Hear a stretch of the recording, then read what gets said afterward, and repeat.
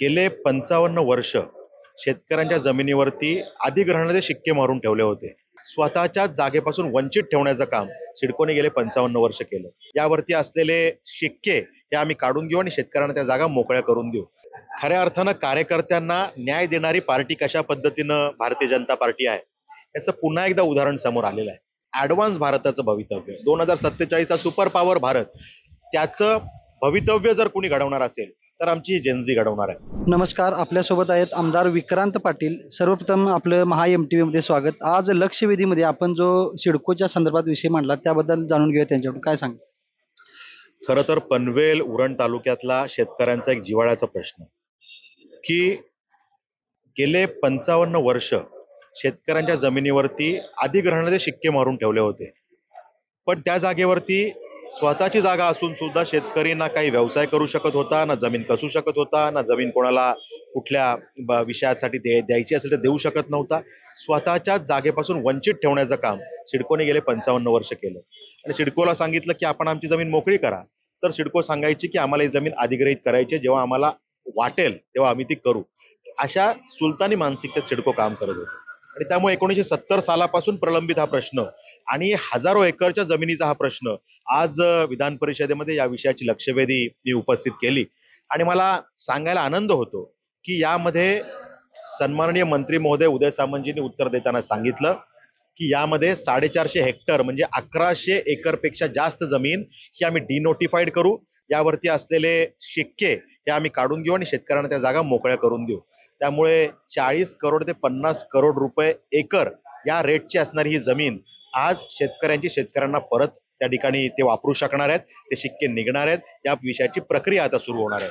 त्याचबरोबरीनं अशी अनेक गावं आहेत की ज्यामध्ये या जमिनी आहेत ज्या सिडको भविष्यात घेणार आहे. पण त्यांना आम्ही सांगितलं की जे काही आपण डिनोटिफाईड करताय त्या व्यतिरिक्त जर का काही आपण जमीन आपल्याला लागणार असेल तर त्याला आपण मोबदला देणार का? तो योग्य मोबदला असला पाहिजे. आणि ते योग्य मोबदला देऊन आपण कधीपर्यंत ह्या जमीन अधिग्रहित करणार यासाठी आपण तातडीची बैठक लावा. त्याला सुद्धा सरकारने मान्यता दिली आहे आणि अधिवेशन काळात या विषयाची बैठक लागणार आहे.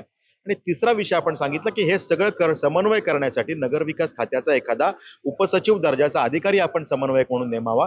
त्याला सुद्धा त्या ठिकाणी मान्यता मिळाली आणि हा अधिकारी सुद्धा नेमला जाणार आहे. यातून 1100 एकरपेक्षा जास्त जमिनीवर असलेले अधिग्रहणाचे शिक्के हे सिडको आता परत घेईल आणि त्यामुळे या सगळ्या जमिनी शेतकऱ्यांना स्वतःच्या वापरासाठी उपयोग करायला आता मोकळ्या होतील. हा दिलासा देणारा निर्णय या ठिकाणी झालेला आहे.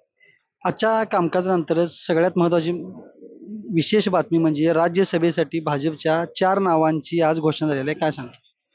खरं तर राज्यसभेसाठी आता जी 4 नावं जाणार आहेत, खऱ्या अर्थानं कार्यकर्त्यांना न्याय देणारी पार्टी कशा पद्धतीनं भारतीय जनता पार्टी आहे, याचं पुन्हा एकदा उदाहरण समोर आलेलं आहे.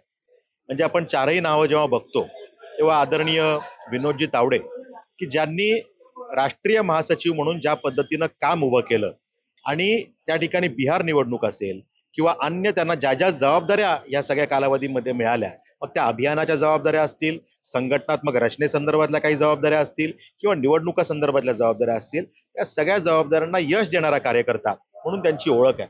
आणि त्यामुळे त्यांना या यादीमध्ये स्थान मिळालेलं आहे. त्यांच्या कामाचा खरं तर हा गौरव आहे. त्याचबरोबरीनं आमचे धनगर समाजाचे नेते रामराव वडकुते यांना सुद्धा ह्यात न्याय मिळालेला आहे. असे आमचे जे काही कार्यकर्ता दर्जाचे सगळी मंडळी आहेत की ज्यांनी खरंच पार्टीसाठी काम केलं, अशा सगळ्यांना या यादीमध्ये न्याय मिळालेला आहे. त्यामुळे कार्यकर्त्यांमध्ये खरं तर ही आनंदाची भावना या निमित्तानं. या आठवड्यात जागतिक महिला दिन सुद्धा आहे. आपण जागतिक महिला दिनानिमित्त जेन झी ही जी आत्ताची सध्याची पिढी आहे त्या पिढीतील विशेषतः मुलींना आपण काय संदेश द्याल? खरं तर जेनझी हा आमचा जो वर्ग आहे तो प्रचंड सेन्सिटिव्ह आणि प्रचंड टेक्नोसॅव्ही असा वर्ग आहे. प्रचंड हुशारी असलेला हा सगळा वर्ग आहे.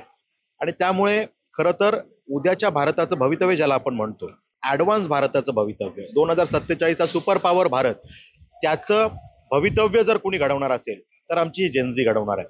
आणि त्यामुळे खरं तर आदरणीय देशाचे पंतप्रधान नरेंद्रजी मोदी यांची काय भूमिका राहिलेली आहे की विश्वगुरु भारत बनवत असताना आपल्याला सगळ्या आधुनिक गोष्टींची कास धरावी लागणार आहे. आणि त्यामुळे ह्या युवा शक्तीसाठी सातत्याने चांगले निर्णय, स्टार्टअप्सला ताकद देणारा निर्णय, त्या माध्यमातून युनिकॉर्न घडवण्याचे निर्णय असतील किंवा जागतिक पटलावरती आमची युवा शक्ती समोर आली पाहिजे, यासाठीचे निर्णय कायम मोदीजी त्या ठिकाणी करताना दिसतात. आणि त्यामुळे युवांच्या हाताला काम, त्यांना त्या ठिकाणी उद्योगधंद्यामध्ये त्यांनी समोर आलं पाहिजे यासाठीची प्रोव्हिजन, अशा सगळ्या विषयांना घेऊन मोदीजी काम करतात.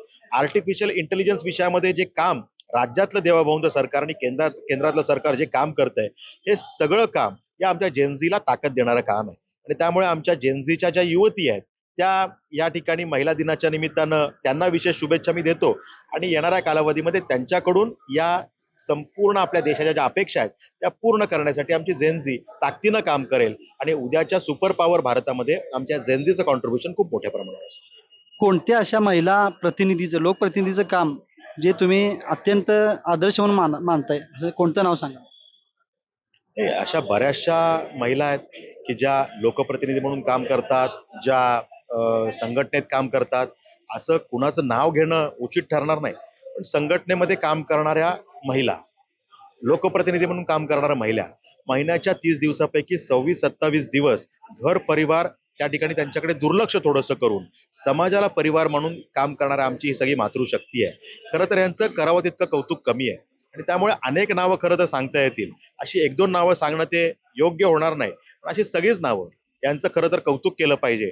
आणि महिला दिनाच्या निमित्तानं त्यांचा सन्मान पण केला पाहिजे की अशा पद्धतीनं समाजाला परिवार म्हणून ही सगळी मंडळी काम करतायत, ही आमची मातृशक्ती काम करते. व त्यांना खरं तर शुभेच्छा.